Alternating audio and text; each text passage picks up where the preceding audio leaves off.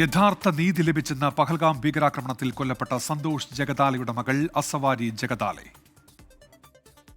मोदी जी को मैं बस तहे दिल से थैंक यू बोलना चाहती हूँ कि 15 दिनों के अंदर अंदर उन्होंने हमारे लोगों को, जो हमारे लोग मरे थे, उनको आज न्याय दिलाया है.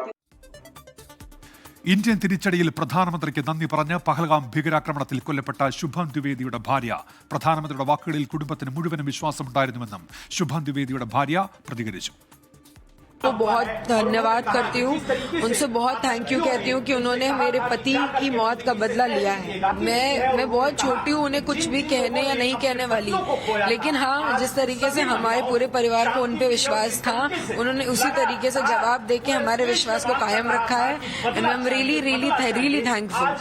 बिल्कुल सर, असली श्रद्धांजलि. और शायद वो आज जहाँ पे भी है, आज वो शायद थोड़ी शांति में होगा.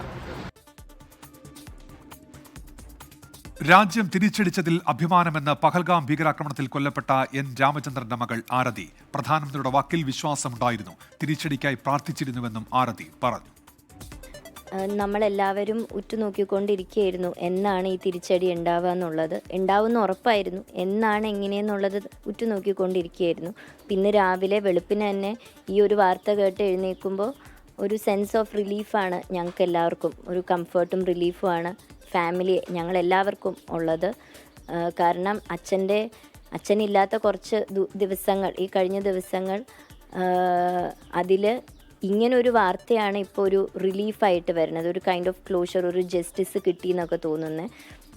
അപ്പോൾ സിസ്റ്റത്തിൽ വിശ്വാസം ഉണ്ടായിരുന്നു, കാത്തിരിക്കുകയായിരുന്നു എന്നാന്നുള്ളത്. ഈ പറഞ്ഞ പോലെ പേര്, അതായത് ഇത് നടക്കുമ്പോൾ നമുക്ക് മനസ്സിലാവുന്നില്ല പെണ്ണുങ്ങളെ അറ്റാക്ക് ചെയ്യില്ല എന്നൊന്നും. ഓടി ഇറങ്ങി കുറച്ച് നേരം കഴിഞ്ഞ്, കുറച്ചധികം നേരം കഴിഞ്ഞപ്പോഴാണ് അറിയണത് ആണുങ്ങളെ മാത്രമേ അവർ അറ്റാക്ക് ചെയ്തുള്ളൂ, സ്ത്രീകളെ ഒന്നും അറ്റാക്ക് ചെയ്തില്ല. അപ്പോൾ സ്ത്രീകൾക്ക് അവർ കൊടുത്തത് ആ ഒരു എന്താ പറയുക, ആ കാഴ്ച, ആ ഒരു ട്രോമ, നിങ്ങൾ ആ ട്രോമയിൽ ജീവിക്കൂ എന്നുള്ളതായിരിക്കും അവർ ഉദ്ദേശിച്ചത്. പക്ഷെ ആ ട്രോമയിൽ ഞങ്ങൾ ജീവിക്കില്ല. എല്ലാ ഇന്ത്യ സ്ത്രീകളും കണ്ണീരൊഴുക്കി ട്രോമയിൽ ജീവിക്കില്ല. ഞങ്ങൾക്കും മറുപടി ഉണ്ട്, ഞങ്ങൾക്ക് ചോദിക്കാൻ ഇന്ത്യയുണ്ടെന്നുള്ള ഈ മറുപടി ആ ഓപ്പറേഷൻ ഇട്ട സിന്ദൂരം എന്ന് പറയണ ആ ഒരു ആപ്റ്റായിട്ടുള്ള നെയിം, ഇതിലും ബെറ്റർ നെയിം ആർക്കും ഇനി കണ്ടെത്താനുമില്ല.